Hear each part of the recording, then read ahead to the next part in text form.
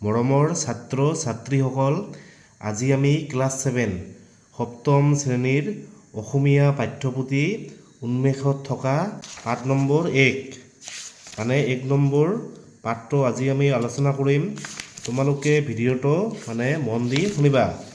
পাঠ 1 আৰু পাঠটোৰ নাম হৈছে কি? গছ ভালপোৱা ককাৰ খং। এইটো এটা ধুনীয়া কবিতা হয়। তোমালোকে কিতাপত কবিতাখন পঢ়িবা। পঢ়ো আৰু আবৃত্তি কৰো আহা। ভাল পালো ৰঘুনাথ, তুমি মোক পুতেৰাৰ বিয়ালৈ মাতিলা। পিছে ৰভাখন দিবলৈকে আমলখি গছজোপা কিয়নো কাটিলা। আলহী অতিথি যাব, ৰভা নাইকিয়া হ'ব। বোৱাৰীয়ে ঘৰখন দিবহি পুৰাই।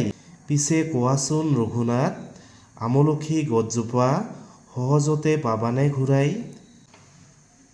দৰাটিক মাতচোন এজোলোকা আশীৰ্বাদ দিওঁ আৰু যাওঁ।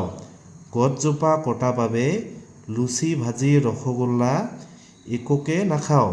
ডক্টৰ ভৱেন্দ্ৰনাথ শইকীয়া। এইটো এটা ধুনীয়া কবিতা হয়। তোমালোকে এই কবিতাখন পঢ়িবা আৰু তোমালোকে মুখস্থ কৰিবা। কবি পৰিচয়। ডক্টৰ ভৱেন্দ্ৰনাথ শইকীয়া এগৰাকী শিশু সাহিত্যিক, গল্পকাৰ, ঔপন্যাসিক আৰু চলচ্চিত্ৰ পৰিচালক। তেওঁৰ জন্ম নগাঁৱত। ডক্টৰ শইকীয়া গুৱাহাটী বিশ্ববিদ্যালয়ৰ পদাৰ্থ বিজ্ঞান বিভাগৰ অধ্যাপক আছিল। শান্ত শিষ্ট, হৃষ্ট-পুষ্ট, মহাদুষ্ট। তেওঁৰ এখনি কালজয়ী অনাতাঁৰ শিশু নাট, তেওঁ সঁফুৰা শিশু আলোচনী আৰু প্ৰান্তিক নামৰ মাহেকীয়া সাহিত্য আলোচনীখনৰ প্ৰতিষ্ঠাপক সম্পাদক আছিল। এইটো তোমালোকে মনত ৰাখিবা। সঁফুৰা আৰু কি প্ৰান্তিক। শিশুৰ কল্যাণৰ বাবে তেওঁ আহৰণ নামৰ এটি অনুষ্ঠান প্ৰতিষ্ঠা কৰি থৈ গৈছে। এইখন তোমালোকে কিতাপত ভালদৰে পঢ়িবা। এতিয়া আমি প্ৰশ্ন উত্তৰসমূহ আলোচনা কৰিম। প্ৰথমে 1 নম্বৰ তলত দিয়া প্ৰশ্নবোৰৰ শুদ্ধ উত্তৰটো বাছি উলিয়াই সঠিক বৃত্তটো পূৰ কৰা। ভাল পালো ৰঘুনাথ, এই কথাষাৰ ককাই কিয় কৈছিল? ইয়াৰ শুদ্ধ অপশ্যন কোনটো হ'ব? অপশ্যন খ। ৰঘুনাথে পুতেকৰ বিয়ালৈ মতা বাবে। বিয়াঘৰত ককাৰ খং উঠাৰ কাৰণটো কি আছিল? ইয়াৰ শুদ্ধ অপশ্যন কোনটো হ'ব? যে আমলখি গছজোপা কটা বাবে ককাৰ খং উঠিছিল। আলহী অতিথি যাব, ৰভা নাইকিয়া হ'ব কথাষাৰ কোনে কাক কৈছিল? ইয়াৰ শুদ্ধ অপশ্যন কোনটো হ'ব? অপশ্যন গ। ককাই ৰঘুনাথক কৈছিল। তোমালোকে গ নম্বৰত গোল দিবা। তাৰপিছত 2 নম্বৰ তলত দিয়া প্ৰশ্নকেইটাৰ উত্তৰ লিখা। তোমালোকে এই প্ৰশ্নৰ উত্তৰবোৰ বহীত ধুনীয়াকৈ লিখি ল'বা আৰু এইবোৰ মুখস্থ কৰিবা। এইবিলাক কিন্তু পৰীক্ষাত আহিব। প্ৰথমে ক নম্বৰ কবিয়ে কবিতাটোত কাৰ বিয়াৰ কথা উল্লেখ কৰিছে? তোমালোকে এই প্ৰশ্নৰ উত্তৰটো লিখিবা যে কবিয়ে কবিতাটোত ৰঘুনাথৰ পুতেকৰ বিয়াৰ কথা উল্লেখ কৰিছে। তাৰপিছত খ নম্বৰ বিয়াঘৰলৈ আহি ককাই ৰঘুনাথক সোধা প্ৰশ্ন দুটা কি কি? তোমালোকে ইয়াৰ উত্তৰ লিখিবা যে বিয়াঘৰলৈ আহি ককাই ৰঘুনাথক সোধা প্ৰশ্ন দুটা হ'ল 1 নম্বৰ ৰভাখন দিবলৈ আমলখি গছজোপা কিয় কাটিলে? আৰু 2 নম্বৰ আমলখি গছজোপা সহজতে কেনেকৈ ঘূৰাই পাব? তাৰপিছত গ নম্বৰ দৰাটিক মাতিবলৈ ককাই ৰঘুনাথক কিয় কৈছিল? তোমালোকে ইয়াৰ উত্তৰটো লিখিবা যে দৰাটিক এজোলোকা আশীৰ্বাদ দিবলৈ ককাই ৰঘুনাথক দৰাটিক মাতিবলৈ কৈছিল। তাৰপিছত ঘ নম্বৰ ককাই বিয়াঘৰত কিয় একো খোৱা নাছিল? তোমালোকে লিখিবা যে আমলখি গছজোপা কটাৰ বাবে ককাই মনত বৰ দুখ পাইছিল। সেইবাবে ককাই বিয়াঘৰত একো খোৱা নাছিল। তাৰপিছত 3 ক তলত দিয়া স্তৱকটোৰ ভাৱাৰ্থ পঢ়া। পিছে ৰভাখন দিবলৈকে আমলখি গছজোপা কিয়নো কাটিলা? মানে ইয়াৰ মিনিং, মানে ইয়াৰ অৰ্থ মানে ইয়াত দি আছে। এই পদ্যভাগী ডক্টৰ ভৱেন্দ্ৰনাথ শইকীয়াৰ গছ ভালপোৱা ককাৰ খং নামৰ পদ্যটোৰ পৰা লোৱা হৈছে। ইয়াত ককাজনে ৰঘুনাথৰ পুতেকৰ বিয়ালৈ আহি ৰভাতল সোমায়ে আমলখি গছজোপা কাটি পেলোৱা দেখি মানে ৰঘুনাথক প্ৰশ্ন কৰাৰ কথা প্ৰকাশ কৰিছে। ৰঘুনাথহঁতৰ চোতালত এজোপা আমলখি গছ আছিল। কেৱল ৰভাখন দিবৰ বাবেই সেই গছজোপা কটা কাৰণে তেওঁ মনত বৰ দুখ পাইছে। সেইবাবে তেওঁ খঙেৰে মানে ৰঘুনাথক কথাষাৰ সুধিছিল। তাৰপিছত খ নম্বৰ, এতিয়া ওপৰৰ মানে উদাহৰণটো চাই তলৰ স্তৱক দুটাৰ ভাৱাৰ্থ লিখা। মানে গছজোপা কটা বাবে লুচি ভাজি ৰসগোল্লা একোকে নাখাওঁ। এইটো তোমালোকে লিখিবা যে এই পদ্যভাগী ডক্টৰ ভৱেন্দ্ৰনাথ শইকীয়াৰ গছ ভালপোৱা ককাৰ খং নামৰ পাঠটোৰ পৰা লোৱা হৈছে। ককাই গছ-গছনিক নিজৰ সন্তানৰ দৰে মৰম কৰিছিল। পুতেকৰ বিয়াৰ বাবে যেতিয়া চোতালৰ আমলখি গছজোপা কাটি পেলোৱা হ'ল, তেতিয়া ককাৰ মনত বৰ দুখ লাগিল। সেই দুখ আৰু খঙতে তেওঁ মানে বিয়াৰ কোনো ভাল বস্তু বা ভোজ খাবলৈ মানে মান্তি হোৱা নাছিল। গছজোপা হেৰুওৱাৰ দুখ মানে তেওঁৰ বাবে বিয়াৰ আনন্দতকৈ বহুত বেছি আছিল। তাৰপিছত পিছে কোৱাচোন ৰঘুনাথ, আমলখি গছজোপা সহজতে পাবানে ঘূৰাই? তোমালোকে ইয়াৰ উত্তৰটো লিখিবা যে এই পদ্যভাগী ডক্টৰ ভৱেন্দ্ৰনাথ শইকীয়াৰ গছ ভালপোৱা ককাৰ খং নামৰ পদ্যটোৰ পৰা লোৱা হৈছে।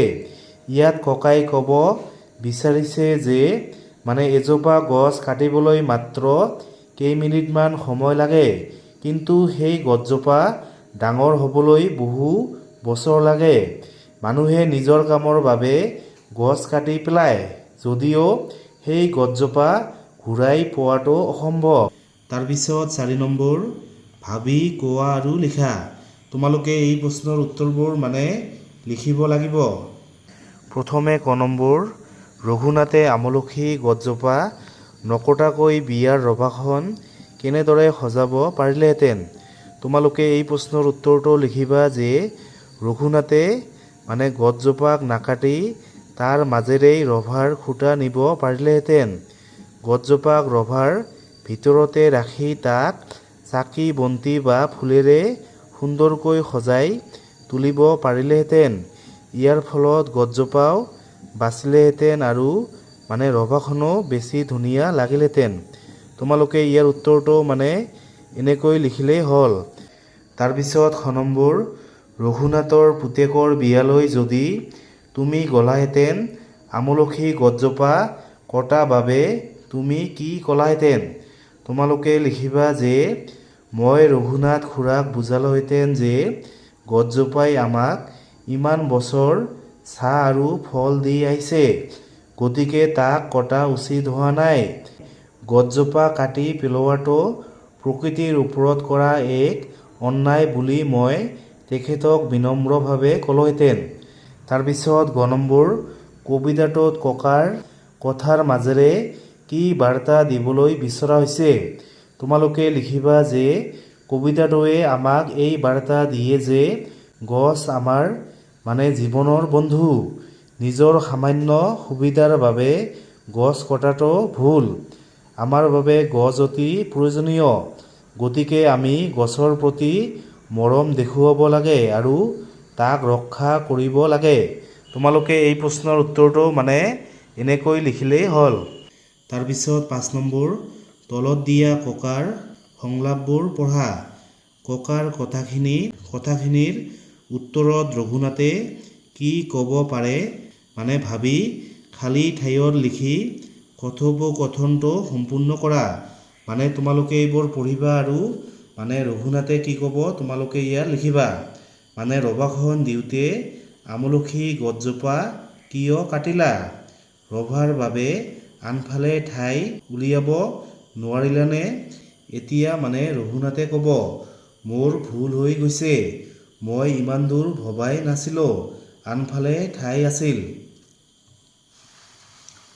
হ'লেও ফল ধৰি থকা আমলখিজোপা কিয় কাটিলা? আমলখিৰ পুলি এটা তাত ৰুই ডাঙৰ কৰিলা বাৰু। তাৰ পাছত ফল ধৰিবলৈ কিমান বছৰ লাগিব ভাবি চাইছানে? মানে এতিয়া ৰঘুনাথে ক'ব, এইটো মোৰ ডাঙৰ ভুল হৈছে। হয়, মানে বহুত বছৰ লাগিব, মই ভবাই নাছিলোঁ। বৰ বেয়া কাম কৰিলা ৰঘুনাথ, মোৰ বৰ দুখ লাগিল। বেয়াও পালোঁ। দৰাটিক মাতা, তেওঁক এজোলোকা আশীৰ্বাদ দি ঘৰলৈ যাওঁ। এতিয়া মানে ৰঘুনাথে কৈ আছে, আপুনি বেয়া নাপাব, মোৰ ভুল হৈ গ'ল, আপুনি বহক। এতিয়া মানে ককাকে কৈ আছে, বেয়া নাপাবা, মোৰ আৰু খাবলৈ একেবাৰে মন নাই। তাৰপিছত ৬ নম্বৰ, তলত দিয়া বাকচটোত কিছুমান শব্দ দিয়া আছে। কাষৰ বৃত্তটোত সেই শব্দবোৰৰ অৰ্থ আছে। তাৰ পৰা সঠিক অৰ্থ বিচাৰি আনি মানে বাকচটোৰ খালী ঠাইত লিখা। এইবোৰ মানে সহজ, তোমালোকে এইবিলাক মানে মুখস্থ কৰিবা। এইবিলাক কিন্তু মানে পৰীক্ষাত আহিব। এজোলোকা মানে হৈছে কি? মানে একা জলি। ঔষধ মানে দৰৱ। ৰভা মানে কি? মানে উৎসৱ পাৰবৰ বাবে ওখকৈ দিয়া চালি। বোৱাৰী মানে হৈছে কি? মানে পুত্ৰৰ পত্নী। আৰু অতিথি মানে হৈছে আলহী। তোমালোকে এইবোৰ মানে মনত ৰাখিবা। তাৰপিছত ৭ নম্বৰ, তলত দিয়া কথাখিনি ভালদৰে পঢ়া। তুমি মোক পুতেৰাৰ বিয়ালৈ মাতিলা। এই বাক্যটোত থকা পুতেৰা শব্দটোৰ দৰে মাৰা, দেউতাৰা, ককাৰা, আইতাৰা, ভনীয়েৰা আদি শব্দ আমি দৈনন্দিন কথা বতৰাত মানে প্ৰায়ে ব্যৱহাৰ কৰি থাকোঁ। মা, দেউতা, ককা, আইতা, পেহী, পেহা, খুৰা আদি হ'ল সম্বন্ধ বুজোৱা শব্দ। মানে এইবিলাক হৈছে কি? সম্বন্ধ বুজোৱা শব্দ। আমি বাক্যত ব্যৱহাৰ কৰোঁতে এইবোৰৰ লগত এৰ, ৰ, এৰা, ৰা, এক, ক আদি বিভক্তি মানে যোগ কৰোঁ। এইবোৰক মানে পুৰুষবাচক বিভক্তি বোলে। এইবিলাক হৈছে কি? পুৰুষবাচক বিভক্তি। যেনে তোৰ মাহীয়েৰ, ইয়াত মানে ৰ বিভক্তি যোগ হৈছে। এইটো হৈছে কি? মানে পুৰুষবাচক বিভক্তি। তোৰ জীয়েৰ, তোমাৰ মাৰা, তোমাৰ পুতেৰা, তেওঁৰ পেহীয়েক, সিহঁতৰ খুৰাক ইত্যাদি। সম্বন্ধ বুজোৱা শব্দৰ লগত যোগ হোৱা ৰ, এৰ, ৰা, এৰা, ক তাৰপিছত এক মানে আদিক সম্বন্ধবাচক বা মানে পুৰুষবাচক বিভক্তি বোলে। মানে এইবিলাক হৈছে কি বিভক্তি? সম্বন্ধবাচক বা মানে পুৰুষবাচক বিভক্তি। যেনে মোৰ দেউতা, আমাৰ আইতা, তোমাৰ খুৰাৰা, তোমালোকৰ মানে খুৰীয়েৰা, তোৰ সখীয়েৰ, তহঁতৰ মানে শাহুৱেৰ, তেওঁৰ বৌৱেক, সিহঁতৰ শহুৰেক ইত্যাদি। তাৰপিছত ৮ নম্বৰ, ব্যঞ্জনান্ত আৰু বিভিন্ন স্বৰান্ত সম্বন্ধবাচক মানে শব্দৰ লগত ভিন ভিন পুৰুষবাচক বিভক্তি যোগ হয়। তলৰ তালিকাকেইখনত এটাকৈ উদাহৰণেৰে মানে কি কি শব্দৰ লগত কি কি বিভক্তি যোগ হয় চাওঁ আহা। মনত ৰাখিবা। প্ৰথম মানে পুৰুষৰ সম্বন্ধবাচক বুজোৱা মানে কোনো শব্দতে পুৰুষবাচক বিভক্তি যোগ নহয়। প্ৰথমে ক নম্বৰ, আকাৰান্ত সম্বন্ধবাচক শব্দৰ লগত ৰা, ৰ, ক মানে এইকেইটা পুৰুষবাচক বিভক্তি যোগ হয়। উদাহৰণস্বৰূপে মানে দেউতা শব্দটোলৈ মন কৰা। এইটো হৈছে কি? দেউতা। দেউতা মানে শেষৰ উচ্চাৰণ কি আছে? আ। এইটো হৈছে আকাৰান্ত সম্বন্ধবাচক মানে শব্দ। দ্বিতীয় পুৰুষ মানে তোমাৰ বা তোমালোকৰ লগত কি হ'ব? মানে দেউতাৰা মানে দেউতাৰ লগত ৰয়াকাৰে ৰা, এইটো মানে পুৰুষবাচক বিভক্তি যোগ হ'ব। দেউতাৰা। তাৰপিছত তোৰ বা তহঁতৰ লগত কি হ'ব মানে দেউতাৰ লগত মানে পুৰুষবাচক বিভক্তি যোগ হ'ব মানে তোৰ বা তহঁতৰ দেউতাৰ। তাৰপিছত এতিয়া তৃতীয় পুৰুষৰ ক্ষেত্ৰত কি হ'ব মানে তেওঁৰ বা তেওঁলোকৰ লগত কি হ'ব মানে দেউতাক মানে ইয়াত দেউতাৰ লগত মানে ক যোগ হ'ব। তাৰপিছত তেখেতৰ বা তেখেতসকলৰ লগত কি হ'ব মানে দেউতাক মানে তেখেতৰ দেউতাক মানে দেউতাৰ লগত মানে ক বিভক্তি যোগ হ'ব। জানো আহা মা মামা তাৰপিছত দাদা খুৰা ককা বৰদেউতা বৰজনা আইতা পেহা মহা আদি মানে সকলো আকাৰান্ত সম্বন্ধবাচক শব্দৰে ৰূপ মানে দেউতা শব্দৰ দৰে একে হ'ব। মা মামা দাদা খুৰা মানে এই সকলোবিলাকৰে মানে শেষৰ উচ্চাৰণ কি হয় আ মানে এইবিলাক হৈছে আকাৰান্ত সম্বন্ধবাচক শব্দ।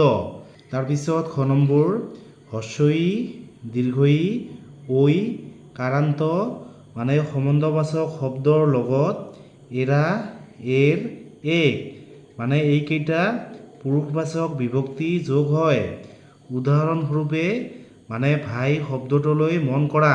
এইটো হৈছে কি ভাই মানে ইয়াৰ শেষৰ উচ্চাৰণ কি আছে হ্ৰস্ব ই মানে যিবিলাক সম্বন্ধবাচক শব্দৰ মানে শেষৰ উচ্চাৰণ মানে হ্ৰস্ব ই দীৰ্ঘ ই ঐ মানে এনেকুৱা হ'ব মানে সেইবিলাকৰ লগত মানে এৰা এৰ এক মানে এইকেইটা বিভক্তি মানে এনেদৰে মানে যোগ হ'ব। প্ৰথমে দ্বিতীয় পুৰুষ তোমাৰ তোমালোকৰ ইয়াৰ লগত কি হ'ব এই দুটাৰ লগত কি হ'ব মানে ভাইয়েৰা ভাইৰ লগত এৰা বিভক্তি যোগ হ'ব কি হ'ল ভাইয়েৰা তোমাৰ ভাইয়েৰা। তাৰপিছত তোৰ বা তহঁতৰ লগত কি হ'ব ভাইয়েৰ মানে ভাইৰ লগত এৰ পুৰুষবাচক বিভক্তি যোগ হ'ব কি হ'ল ভাইয়েৰ। এতিয়া মানে তৃতীয় পুৰুষৰ ক্ষেত্ৰত মানে তেওঁৰ বা তেওঁলোকৰ লগত কি হ'ব মানে ভায়েক মানে ভাইৰ লগত এক বিভক্তি যোগ হ'ব কি হ'ল ভায়েক। তাৰপিছত তেখেতৰ বা তেখেতসকলৰ লগত কি হ'ব মানে ভায়েক মানে ইয়াৰো লগত মানে এক পুৰুষবাচক বিভক্তি মানে যোগ হ'ব। তাৰপিছত জানো আহা হ্ৰস্ব ই দীৰ্ঘ ই ঐ কাৰান্ত সম্বন্ধবাচক শব্দৰ পাছত এৰ এৰা এক যোগ হ'লে মানে হ্ৰস্ব ইৰ আগত মানে অন্তস্বী অৰ আগমন হয়। তাৰপিছত গ নম্বৰ হ্ৰস্ব উ দীৰ্ঘ উ মানে ঔ কাৰান্ত সম্বন্ধবাচক শব্দৰ লগত এৰা এৰ এক এইকেইটা পুৰুষবাচক বিভক্তি যোগ হয়।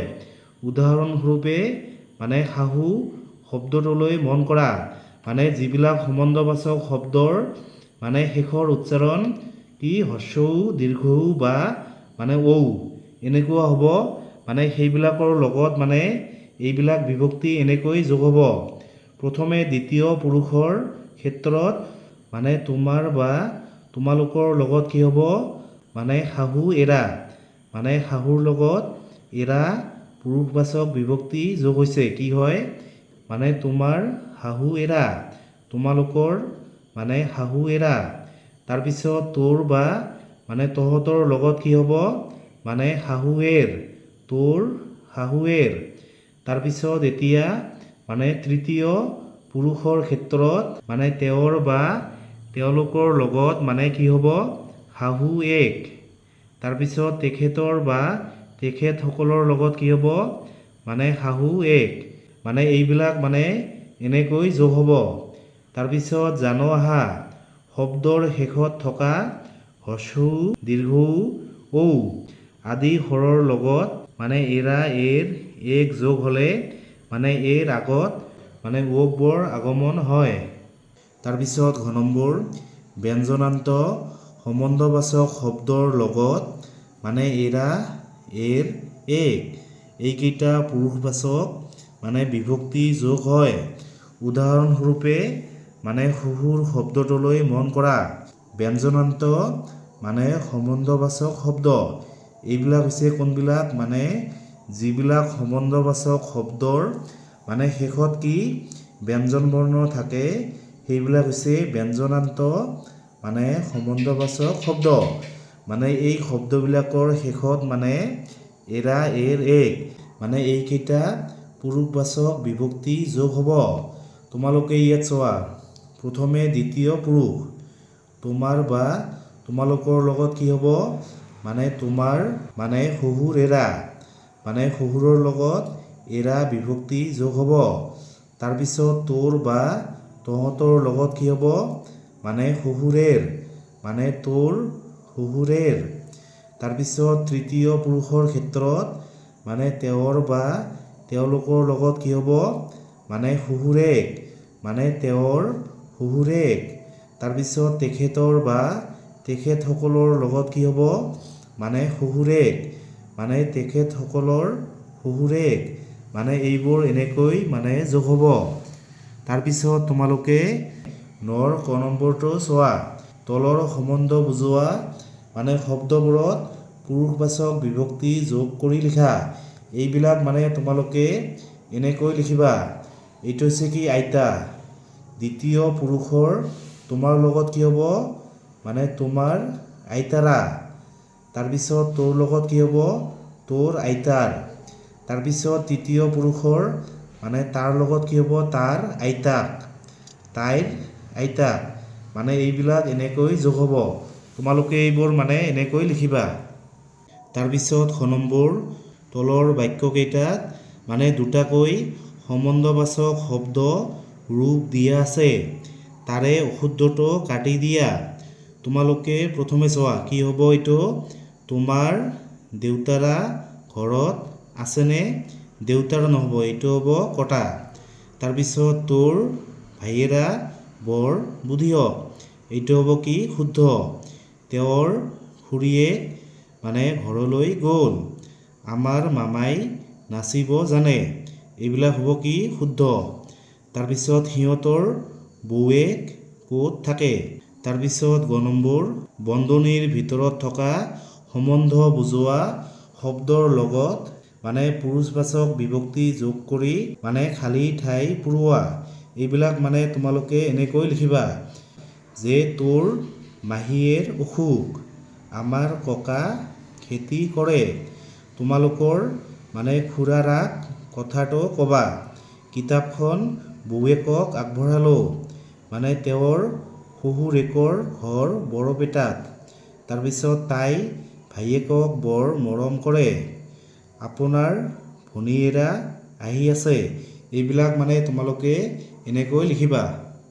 তাৰপিছত ১০ নম্বৰ পঢ়ো আহা। কিতাপত তোমালোকে এইবোৰ মানে নিজে পঢ়িবা যে আমি যোৱা বছৰ বিশ্ব পৰিৱেশ দিৱসৰ দিনাখন আমাৰ বিদ্যালয়ৰ ছাত্ৰ ছাত্ৰীসকলে মিলি পগলাদিয়া নদীৰ ওচৰৰ ওখ ঠাই এডোখৰত গছপুলি ৰুইছিলোঁ।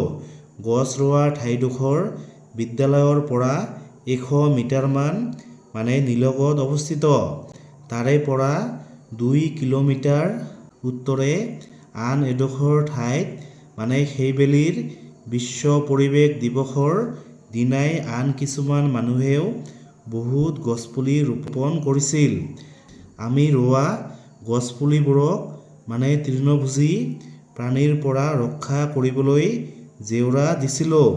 শিক্ষাগুৰুসকলৰ মানে দিহা পৰামৰ্শ মতে ৬ মাহমানলৈ মাজে সময়ে গৈ মানে পুলিবোৰৰ আপডালো কৰিছিলোঁ। সেইবাবে আমি ৰোৱা কৃষ্ণচূড়া, নিম, আম, কদম, শিলিখা আদিৰ পুলিবোৰ মানে লহপহকৈ বাঢ়ি আহিছিল। আন মানুহখিনিয়ে গছপুলি ৰোৱা সেই ঠাইডোখৰলৈ আমি গছপুলিবোৰ চাবলৈ গৈছিলোঁ। তেওঁলোকে ৰোৱা মানে পুলিবোৰৰ ভিতৰত মাত্ৰ ১০-১২টাহে বাচি থকা দেখি মানে আমাৰ বৰ দুখ লাগিল। তোমালোকে মানে কিতাপত এইখন মানে পঢ়িবা। তাৰপিছত ক নম্বৰ গছপুলি এটা ৰুই ডাঙৰ দীঘল হ'বলৈ তাৰ কিদৰে যতন ল'ব লাগে দলত আলোচনা কৰি লিখা। মানে তোমালোকে এই প্ৰশ্নৰ উত্তৰটো মানে লিখিব লাগিব।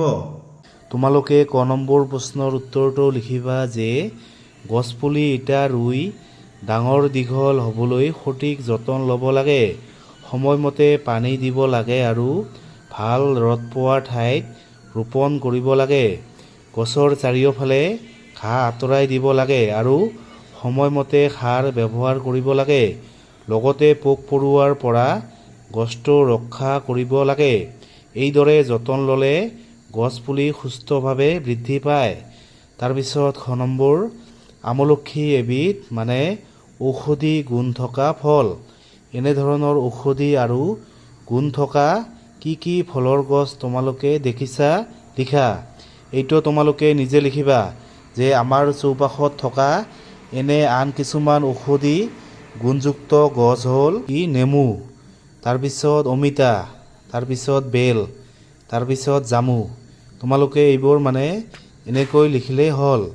তাৰপিছত গ নম্বৰ, কবিতাটোত ৰঘুনাথে ৰভাখন দিবলৈ গছজোপা কাটিছিল। যধে মধে গছ গছনি কটা বন্ধ কৰিবলৈ আমি কি কি কৰিব পাৰোঁ দলত আলোচনা কৰি কোৱা আৰু লিখা। তোমালোকে লিখিবা যে যধে মধে গছ গছনি কটা বন্ধ কৰিবলৈ আমি নিম্নলিখিত পদক্ষেপবোৰ ল'ব পাৰোঁ। প্ৰথমে ক নম্বৰ, গছৰ গুৰুত্ব আৰু প্ৰকৃতিৰ ওপৰত ইয়াৰ প্ৰভাৱৰ বিষয়ে মানুহক সজাগ কৰিব লাগিব। তাৰপিছত খ নম্বৰ, কোনো কাৰণত এডাল গছ কাটিব লগা হ'লে তাৰ পৰিৱৰ্তে কমেও 5জোপা নতুন গছপুলি ৰোৱা উচিত। তাৰপিছত গ নম্বৰ, বনাঞ্চল ধ্বংস কৰাৰ বিৰুদ্ধে চৰকাৰী নিয়ম কঠোৰভাৱে পালন কৰা আৰু সমাজৰ সকলোৱে লগ লাগি গছপুলি ৰোপণ অভিযান চলাব লাগে। তাৰপিছত 11 নম্বৰ, তলত দিয়া দিৱসবোৰৰ বিষয়ে তথ্যভিত্তিক টোকা লিখা। তোমালোকে লিখিবা যে বিশ্ব বন দিৱস কেতিয়া পালন কৰা হয়। 21 মাৰ্চ তাৰিখে বিশ্ব বন দিৱস পালন কৰা হয়।